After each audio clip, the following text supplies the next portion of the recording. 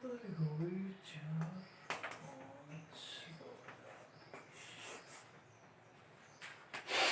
morning, student. How are you? Fine? Okay.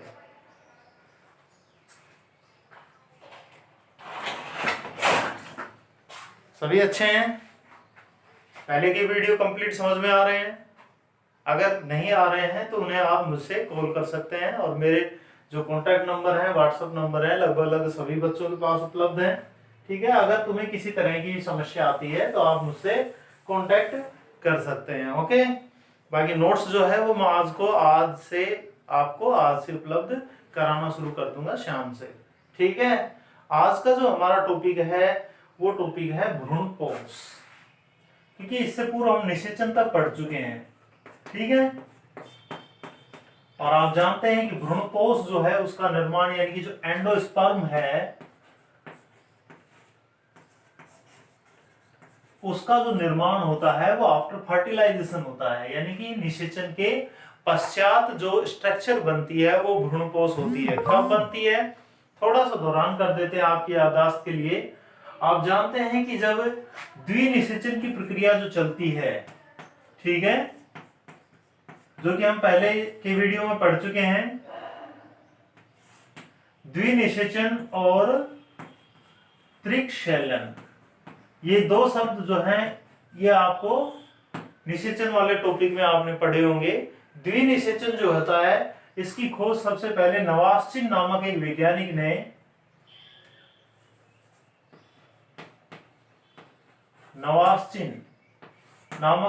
के द्वारा Lilium जो पादप है, पौधा जो होता है, उसके अंदर इसने द्विनिषेचन की खोज की थी। ठीक है, बात करते हैं द्विनिषेचन है क्या। चूंकि हम जानते भी हैं द्विनिषेचन का मतलब क्या होता है कि जब दो नरयुग्मों, यानी कि जो नरयुग्मक कहां से आए हैं, नर युग्मकोद्भिद के माध्यम से आए हैं, यानी कि पराग कणों के अंकुरण के पश्चात जो पराग नलिका विकसित होकर हमारे भ्रूणकोश के अंदर प्रवेश करती है, उसमें दो नरयुग्मक होते हैं। ठीक है, जिनमें से जो पहला जो नरयुग्मक होता है, पहला जो मेल जो गैमेट्स होता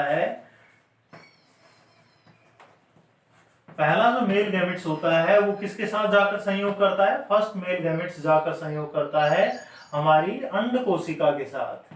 ठीक है, और दूसरा जो मेल गैमेट्स होता है, यानी कि जो नर युग्मक होता है, वो जाकर संयोग करता है हमारे द्वितीयक केंद्रक के साथ। ठीक है, यहां तक आप जानते हैं अच्छी तरह से। किसके साथ संयोग करता है, द्वितीयक केंद्रक के साथ संयोग करता है। पहला जो नरयुग्मक जो कि अंड कोशिका के साथ जाकर जुड़ता है, यहां पर जो प्रोसेस चलती है, उस प्रोसेस से किसका निर्माण होता है, यहां पर फॉर्मेशन होती है भ्रूण की। ठीक है, और सेकंड जो मेल गैमेट्स जो कि द्वितीय केंद्रक के साथ जाकर जुड़ा था, उससे किसका निर्माण होता है, जो हमारा आज का टॉपिक है, जिसे हम भ्रूणपोष कहते हैं, यानी कि एंडोस्पर्म कहते हैं। ठीक है, एक मेल गैमेट्स जो कि n होता है प्लस द्वितीय केंद्रक में 2n स्थिति बनती है, और इसलिए भ्रूणकोश हमेशा कैसा होता है, 3n के रूप में स्थित रहता है। यह आपके याददाश्त के लिए रिवीजन है। अब हम बात करते हैं आज के टॉपिक की, जो कि हमारा टॉपिक है भ्रूणपोष। ओके, आज हम भ्रूणपोष की बात करेंगे, आपको अच्छी तरह से भ्रूणपोष पढ़ाएंगे।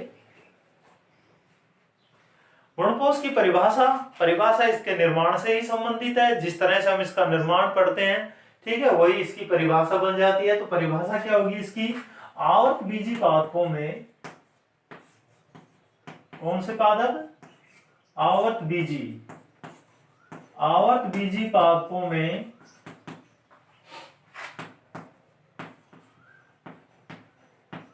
त्रिशैलन के द्वारा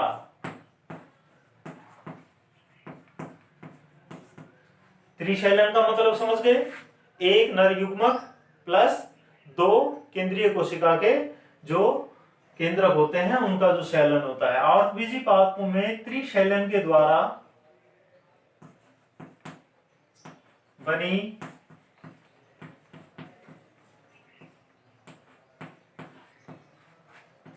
त्रिगुणित संरचना क्या कहलाती है, भ्रूणपोष कहलाती है। समझ गए। आवर्तबीजी पादपों में त्रिशैलन के द्वारा बनी त्रिगुणित संरचना जो होती है वो क्या कहलाती है? वो हमारी भ्रूणपोष कहलाती है। ठीक है, क्या कहलाती है? वो कहलाती है भ्रूणपोष। भ्रूणपोष का जो निर्माण होता है, यदि इसके निर्माण की हम बात करें तो आप जानते हैं ये कुछ महत्वपूर्ण चीजें मैं इसके बारे में लिख देता हूं। भ्रूणपोष का निर्माण कब होता है? निषेचन के दौरान होता है। ठीक है, जब निषेचन होता रहता है तो उसी समय क्या होता है? भ्रूणपोष का निर्माण होता है, पहली बात। ठीक है, दूसरी बात जो होती है, ये अक्सर क्वेश्चन भी बन जाता है, ये बात तो है आवर्तबीजी पादपों में, लेकिन ये बात कहां तक सत्य है, कहां तक असत्य है, इसके बारे में क्या होता है कि भ्रूणपोष का निर्माण निषेचन के दौरान होता है, ये बात लागू होती है सिर्फ और सिर्फ किनके लिए? आवर्तबीजी पादपों के लिए। अनावर्तबीजी पादप जो होते हैं, यानी कि जो जिम्नोस्पर्म होते हैं, कि कौन से? जिम्नोस्पर्म में किसका निर्माण? भ्रूणपोष का निर्माण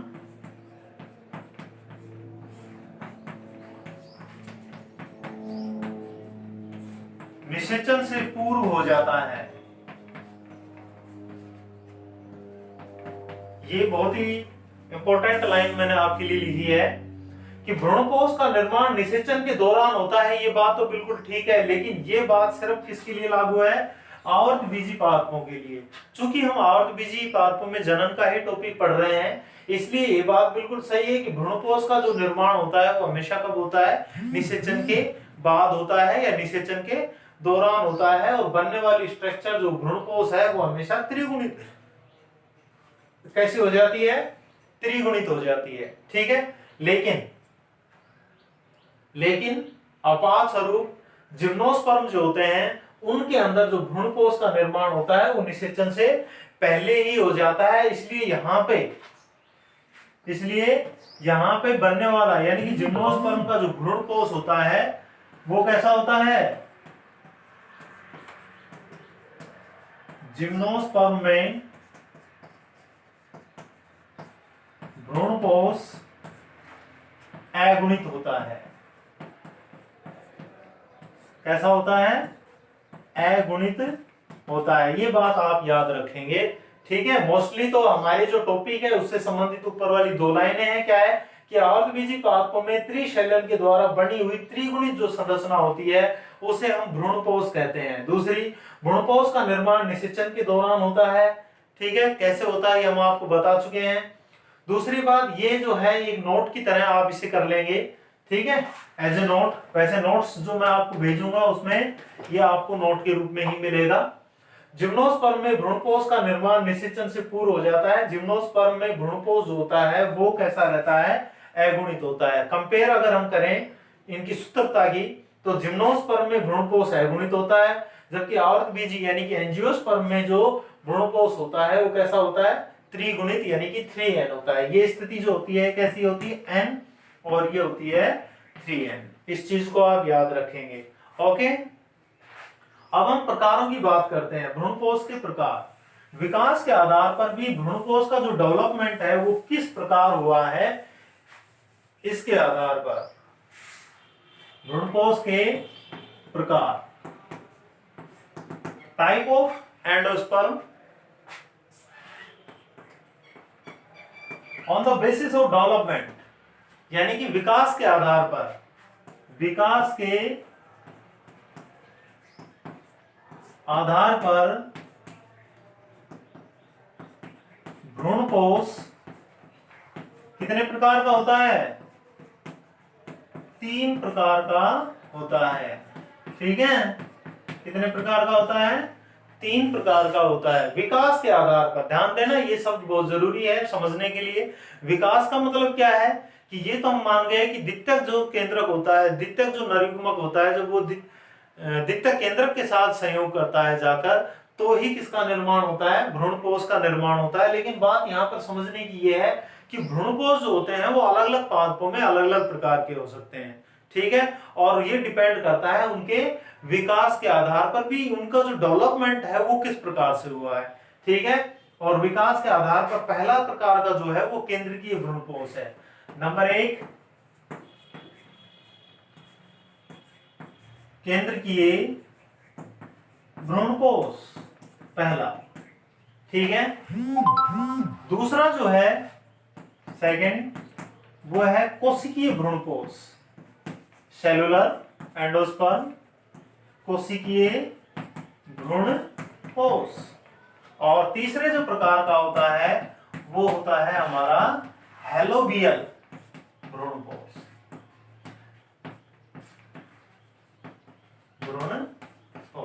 ठीक है। बहुत अच्छा क्वेश्चन है ये, बहुत ही बढ़िया है। अब का जो एग्जाम हुआ है हमारा 2020 का, 2020 जो एग्जाम हुआ है हमारा, बोर्ड का जो एग्जाम हुआ है उसमें इस क्वेश्चन को पूछा गया है, ठीक है। भ्रूणपोष, जो केंद्रकीय जो भ्रूणपोष होता है उसको सचित्र वर्णन कराया है उसका। तो यहाँ पर हम इनके डायग्राम भी बनाएंगे और इनका विकास किस प्रकार से होता है वो भी आपको बताएंगे, ठीक है। तो विकास के आधार पर भ्रूणपोष कितने प्रकार के हुए? 3 प्रकार के, केंद्रकीय भ्रूणपोष, कोशिकीय भ्रूणपोष और हेलोबियल भ्रूणपोष। अब इनकी व्याख्या करते हैं, इनको हम पढ़ते हैं कि ये हैं क्या चीजें, ठीक है। इस प्रकार से हम इनको अलग अलग रूप में पढ़ लेंगे। केंद्रकीय भ्रूणपोष क्या होता है? एक्चुअल में केंद्रकीय भ्रूणपोष क्या होता है? जब भ्रूणपोष का विकास होता रहता है, ठीक है,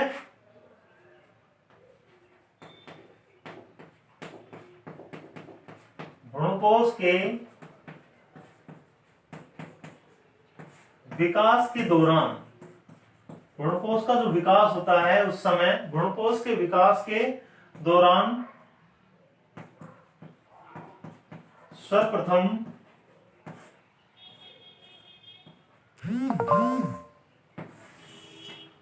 भ्रूणपोष के विकास के दौरान जो सबसे पहले जो स्ट्रक्चर बनती है, सर्वप्रथम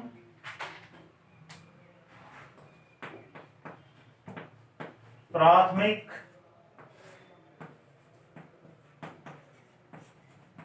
भ्रूणपोष केंद्रक बनता है। समझ रहे हो मेरी बात? भ्रूणपोष के विकास के दौरान सर्वप्रथम प्राथमिक भ्रूणपोष केंद्रक बनता है, यानी कि जब वो आपस में जाकर जुड़ जाते हैं, द्वितीयक नर युग्मक जाकर किसके साथ जुड़ जाता है? द्वितीयक केंद्रक के साथ जुड़ जाता है। तो उसके पश्चात बनने वाली जो पहली स्ट्रक्चर होती है वो क्या होती है? प्राथमिक भ्रूणपोष केंद्रक, ठीक है। क्या बनती है? प्राथमिक भ्रूणपोष केंद्रक बन जाता है। अब ये जो प्राथमिक भ्रूणपोष केंद्रक होता है इसमें केंद्रीय क्या चलते हैं? बहुत सारे विभाजन चलते हैं, ठीक है। तो क्या नेक्स्ट क्या होगा इसमें?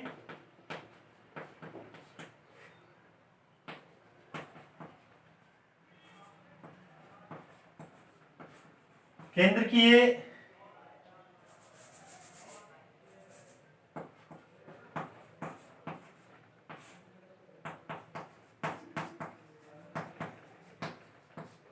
विभाजनों द्वारा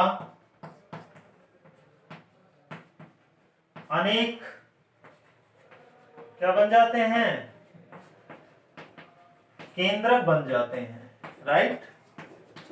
यानी कि क्या कहा गया कि प्राथमिक भ्रूणपोष केंद्रक बना। अब क्या होगा कि ये जो प्राथमिक भ्रूणपोष केंद्रक है, इसी प्राथमिक भ्रूणपोष केंद्रक में क्या चलेंगे? विभाजन चलेंगे, जिससे बहुत सारे केंद्रक बन जाएंगे, ठीक है। अब ये केंद्रक जो होते हैं, अब मैं आपको डायग्राम बनाता हूं, ठीक है। अब ये जो केंद्रक होते हैं, ये केंद्रक सारे के सारे जो होते हैं ये परिधि के, जैसे मान लीजिए कि ये भ्रूणपोष जो है विकसित हो रहा है इस प्रकार से, ये हमारा, ठीक है, भ्रूणपोष है जो उसके अंदर विकसित हो रहा है। अब मान लीजिए कि सबसे पहले बनने वाली स्ट्रक्चर ये थी, इसको हम क्या कहेंगे? प्राथमिक भ्रूणपोष केंद्रक। अब इस केंद्रक में विभाजन शुरू हो जाएंगे और विभाजन से क्या होगा? इसमें बहुत सारे केंद्रक बन जाएंगे, ठीक है। क्या बन जाएंगे? बहुत सारे केंद्रक बन जाते हैं, लगातार विभाजन होते रहते हैं, केंद्रक बन जाते हैं बहुत सारे। और ये सारे के सारे विशेषता क्या होती है, ये चीज आपको समझने की बहुत जरूरी है। अब ये जितने भी केंद्रक हैं, ये सारे के सारे जो केंद्रक हैं, ये कहां पर जाकर इकट्ठे हो जाते हैं? परिधि पर जाकर इकट्ठे हो जाते हैं, जिससे बीच में क्या बन जाती है? बीच में एक रिक्तिका बन जाती है। क्या बन जाती है? एक रिक्तिका बन जाती है। ठीक है, क्या बन जाती है? एक रिक्तिका बन जाती है। अगर हम पूरे स्ट्रक्चर की हम बात करें तो यहाँ के लगभग लगभग, ठीक है, ये सारे, ये इसका चित्र है, इसे अच्छी तरह से याद रखना आप। और यहाँ पर लगभग हमारे भ्रूण उपस्थित रहता है। ठीक है, क्या उपस्थित होता है? भ्रूण, जो कि विकास करता रहता है, और ये यहाँ पे भ्रूण उपस्थित होता है, ये ध्यान रखना। ठीक है, तो इस तरह की स्ट्रक्चर बनती है किसमें? केंद्रकीय भ्रूणपोष में। होता क्या है कि सबसे पहले भ्रूणपोष का विकास जब होता रहता है तो प्राथमिक भ्रूणपोष केंद्रक बनता है। इस प्राथमिक भ्रूणपोष केंद्रक में बहुत सारे क्या चलते हैं? विभाजन चलते हैं। विभाजन से अनेक केंद्रक बन जाते हैं। ये सारे के सारे केंद्रक जो होते हैं, ये परिधि पर जाकर इकट्ठे हो जाते हैं, और बीच में क्या बन जाती है?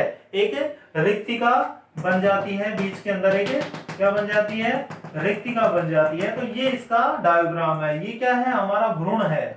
ठीक है, ये क्या है? भ्रूण है। और ये हमारी क्या हो गई? ये हमारी बीच में बनी हुई क्या हो गई? रिक्तिका हो गई। ठीक है, ये हो गए केंद्रक। ओके, और ये कंप्लीट जो है, ये हमारा क्या हो गया?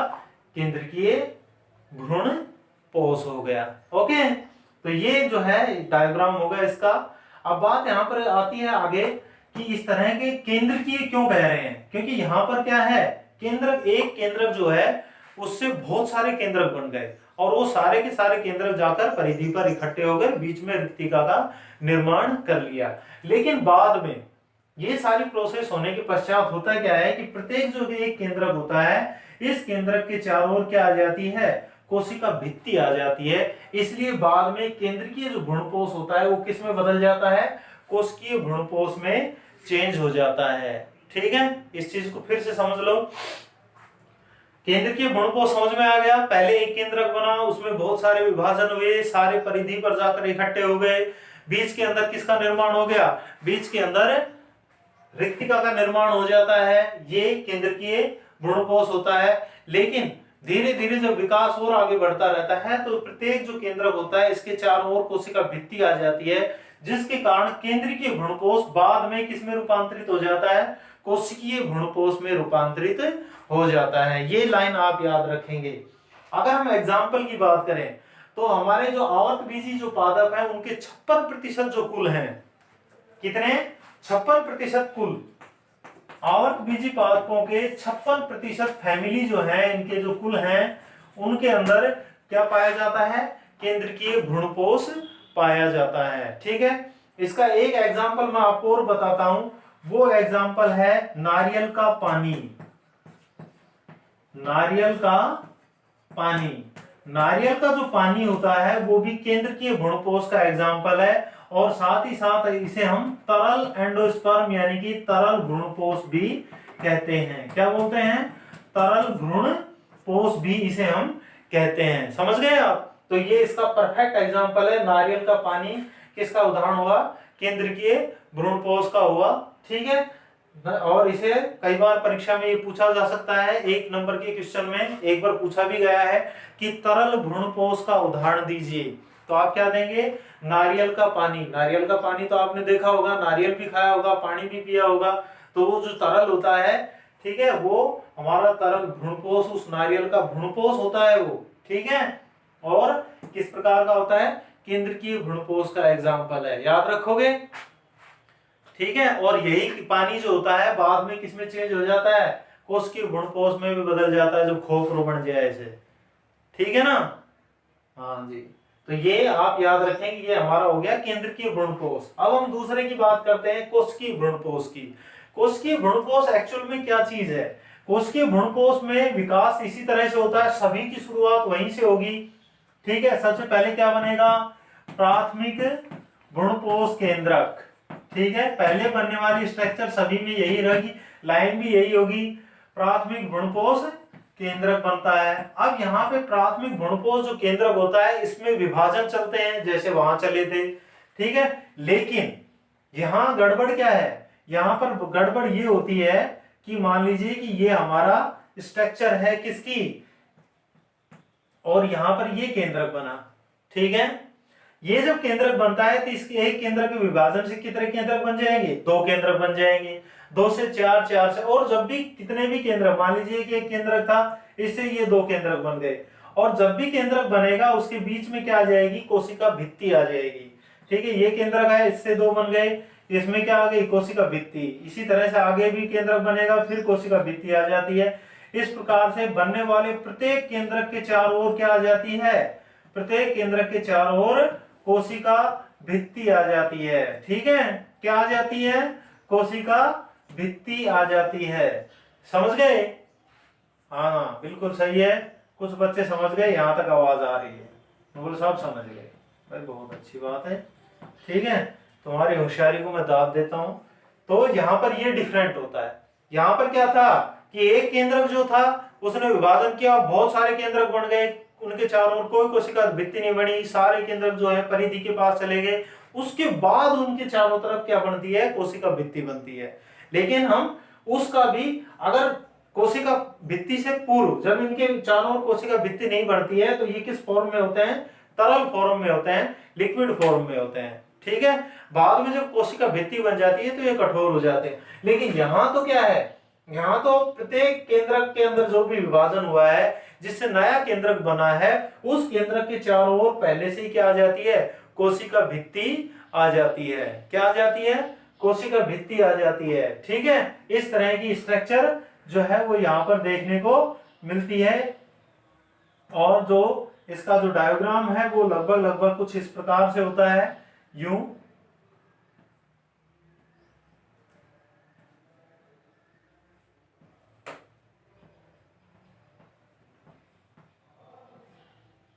आप इसे और भी छोटा कर सकते हैं, इनको खानों को, ठीक है, कितने भी बना सकते हैं, गिन के बनाने की कोई आवश्यकता नहीं है। इस तरह से ये जो मैं आपको साइड में जो बना रहा हूं, एक्चुअल में ये क्या होते हैं, इसके चूसकांग होते हैं, ये इनकी विशेषता होती है। ये क्वेश्चन भी पूछा जा सकता है कि कौन सा ऐसा भ्रूणकोश है जिसमें उनके विकास के दौरान चूसकांग विकसित हो जाते हैं, तो आप क्या बताएंगे, कोशिकीय भ्रूणकोश में। तो ये इसके क्या होते हैं, ये इसके चूसकांग होते हैं, और ये चूसकांग का विकसित होते हैं किस प्रकार में, कोशिकीय जो भ्रूणकोश होता है उसके अंदर ये चूसकांग जो होते हैं विकसित होते हैं। इस चीज को आप याद रखना, ठीक है। कोशिका इस तरह से, ये इस तरह की स्ट्रक्चर जो होती है ये किसकी होती है, कोशिकीय भ्रूणकोश की होती है, ठीक है। समझ गए? इसमें भी कोई डिफरेंट वो ज्यादा वो नहीं है इसी प्रकार का, लेकिन कोशिका भित्ति बन जाने के कारण ये कठोर हो जाते हैं। अगर हम इसके एग्जाम्पल की बात करें तो गैमोपेटली जो वर्ग है, पॉलीपेटली, गैमोपेटली, आपने कक्षा 11 में पढ़े होंगे। तो गैमोपेटली जो वर्ग है उसके जो सदस्य होते हैं वो इस प्रकार में, गैमोपेटली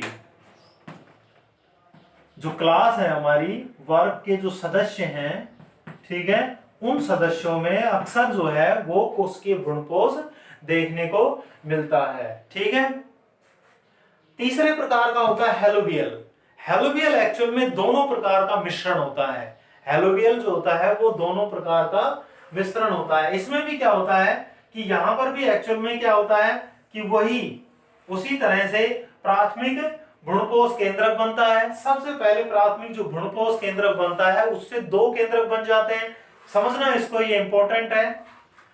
मान लीजिए कि ये केंद्रक है, दिखाई दे रहा हूं मैं, ये केंद्रक है, इस केंद्रक से 2 केंद्रक बन गए, और 2 जब केंद्रक बनते हैं तो सबसे पहले इन दोनों केंद्रों के बीच में कोशिका भित्ति आ जाने के कारण एक्चुअल में क्या होता है कि यहाँ पे 2 कोशिकाएं बन जाती हैं, ठीक है। क्या बन जाती हैं? 2 कोशिकाएं बन जाती हैं, और दोनों कोशिकाओं में डिफरेंट जो होता है वो क्या होता है कि जो कोशिका किधर होती है, जो कोशिका निभागीय सिरे की ओर होती है, बीजांडीय जो सिरा होता है 2 कोशिकाओं का। तो आपने भ्रूण जो अपना बीजांड था उसका एग्जाम्पल आपने पढ़ा था, एक निभाग सिरा था, एक बीजांड द्वारीय सिरा था, पढ़े थे। इस प्रकार से स्ट्रक्चर थी यूं, ठीक है। तो ये वाला निभागीय था, ये बीजांड द्वार था। तो मान लीजिए कि ये ऊपर वाला निभाग की तरफ का हिस्सा है और ये बीजांड द्वार की ओर हिस्सा है। तो होता क्या है एक्चुअल में इसमें, या फिर इसको हम मान लें ये निभाग वाला सिरा है, ये बीजांड द्वार वाला सिरा है। तो निभाग वाले सिरे की तरफ बनने वाली जो कोशिका होती है वो आकार में कैसी होती है, छोटी होती है, छोटी कोशिका बनती है। ठीक है, कैसी कोशिका बनती है, छोटी। और जो हमारे बीजांड द्वार वाली की तरफ जो कोशिका बनती है वो बड़ी कोशिका बनती है। कैसी कोशिका बनती है, वो होती है हमारी बड़ी कोशिका। तो एक्चुअल में क्या होता है कि दो कोशिकाओं का निर्माण हो जाता है पहले। ठीक है, अब कुछ कुछ आप समझ गए होंगे।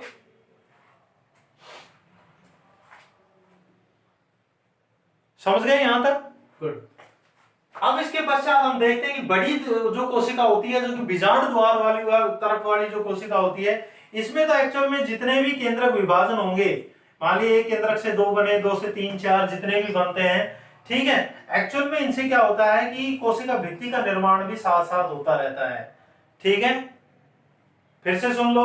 सबसे पहले एक केंद्रक बना था, उस केंद्रक के विभाजन से दो केंद्रक बने, दोनों केंद्रों के बीच में एक कोशिका भित्ति आई जिससे दो कोशिकाएं बन गई, और एक कोशिका बनी निभाग सिरे की ओर, एक कोशिका बनती है बीजांड द्वार की तरफ। बीजांड द्वार की तरफ जो कोशिका बनती है उसका जो केंद्रक होता है वो जितनी बार भी विभाजन करेगा, उस विभाजन के पश्चात उसमें किसका निर्माण हो जाएगा, प्रत्येक विभाजन के पश्चात वहां पे कोशिका भित्ति का निर्माण हो जाता है। ठीक है, तो आप समझ रहे हैं कि ये कैसा हो गया, कोशिकीय भ्रूणपोष हो गया। लेकिन जो छोटी कोशिका है जो निभाग सिरे की ओर है, उसके अंदर जितने भी केंद्रक बनेंगे वो सारे के सारे जो केंद्रक होते हैं वो स्वतंत्र होते हैं, स्वतंत्र विभाजन होता है, और उनके चारों ओर जो है कोशिका भित्ति का निर्माण नहीं होता है। तो ये स्थिति कैसी हो गई, केंद्रकीय भ्रूणपोष की हो गई। तो हम क्या कह सकते हैं कि हैलोबियल जो भ्रूणपोष होता है वो केंद्रकीय भ्रूणपोष और कोशिकीय भ्रूणपोष दोनों का सम्मिश्रण होता है, दोनों का मिला जुला रूप होता है। ठीक है, इसका जो एग्जाम्पल है वो बिल्कुल सिंपल है।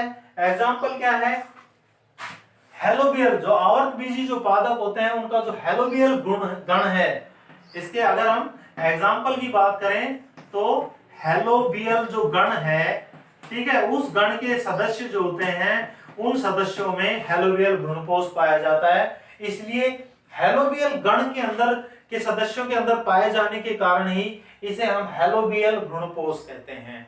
ठीक है, तो आई होप आपको आज का टॉपिक बिल्कुल अच्छी तरह से समझ में आ गया होगा। हमारा टॉपिक है भ्रूणपोष, जो कि आफ्टर फर्टिलाइजेशन आवर्तबीजी पादपों में बनने वाली स्ट्रक्चर होती है। परिभाषा क्या कह सकते हैं इसकी एक्चुअल में परिभाषा क्या होती है कि त्रिशलन के पश्चात बनी हुई त्रिगुणित जो संरचना होती है वो भ्रूणपोष कहलाती है। इसके विकास के आधार पर ये तीन प्रकार का हो सकता है, केंद्रकीय भ्रूणपोष, कोशिकीय भ्रूणपोष और हैलोबियल भ्रूणपोष।